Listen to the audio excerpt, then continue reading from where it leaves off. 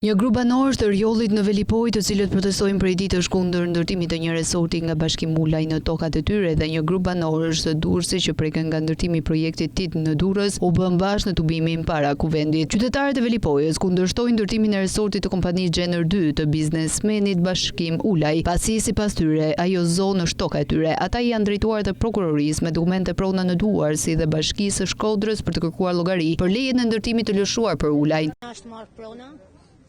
Edhe duam drejtësi. Nuk kemi marrë asnjë lloj shpjegimit. Çdo më thonë, gjithë ku kena shku nuk na I hapin dyert.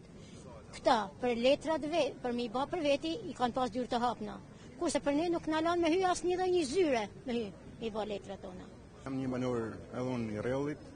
Jemi mbledhur këtu përsëri për të protestuar për gabitjen e pronave tona, se ky shtet po na gabit, e po na plaçkit me të gjitha mënyrat.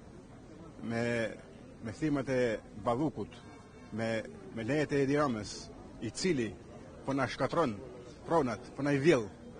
Nuk e di si quhet kjo, po na masakron domethënë. Pra jemi mbledhur prapë këtu, them pakten të Zoti, gjejmë mbështetje edhe nga parlamenti.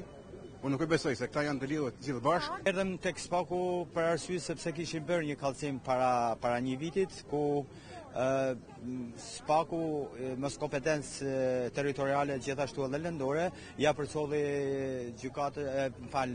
prokurorisë rreth gjyqësor Shkodër, ku na drejtoi, na tha që të drejtohesh prokurorisë rreth gjyqësor Shkodër. Dhe ashtu bëm.